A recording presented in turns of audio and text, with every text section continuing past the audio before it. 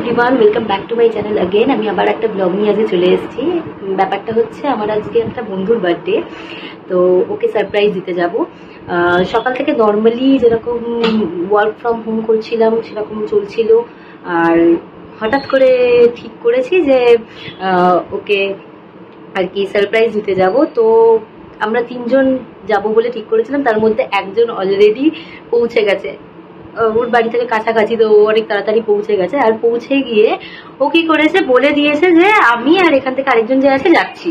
তো আমি মোটামুটি ম্যানেজ দিয়েছি এটা বলে যে আমার ওয়ার্ক শিফটে, তো আমি সময় পাবো না ও কাজ শেষ করে যাওয়ার, তো উইকেন্ডে দেখা করবো, মানে একটুখানি মিথ্যে কথা বলে একটুখানি ম্যানেজ দিয়েছি।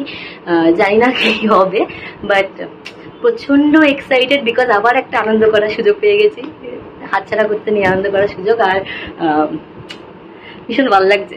আর সাথে থাকো, পুরোটা দেখতে থাকো, ঠিক আছে?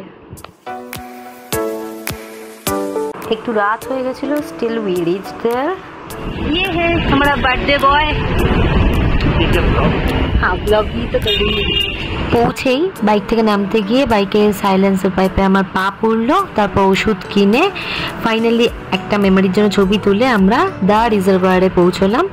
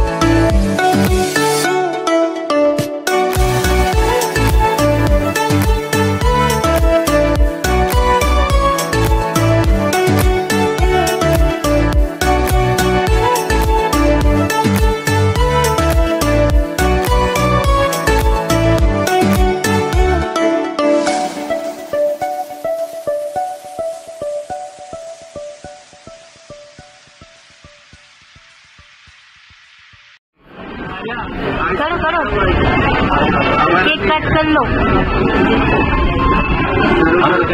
Happy birthday. इसी के ऊपर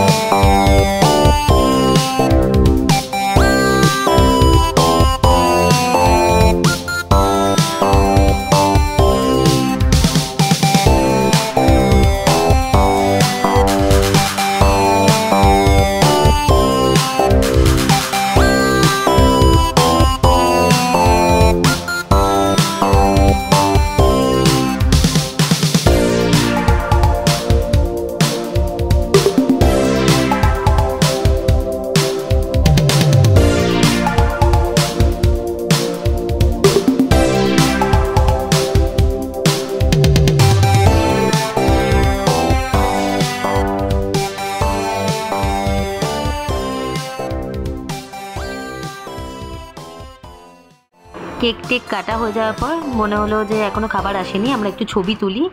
তারপর যখন খাবার এলো সব ঠিক ছিল, একটা ইন্দোনেশিয়ান ফিশের ডিশ অর্ডার করেছিলাম আমরা। শুরু করো আনবক্সিং मछली का। हाथ से ओपन कर रहा है। ये रेड रेड कौन सी मछली है भाई साहब?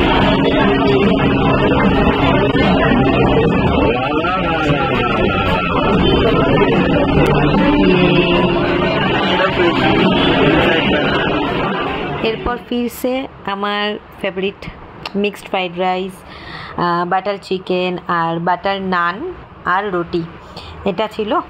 আর তারপরে খাওয়া দাওয়া হয়ে যাওয়ার পরে মনে হলো যে যাই একটু অ্যাম্বিয়েন্সটার ছবি তুলি, বেশ ভালোই লাগছে দেখতে, তাই করলাম আর কি।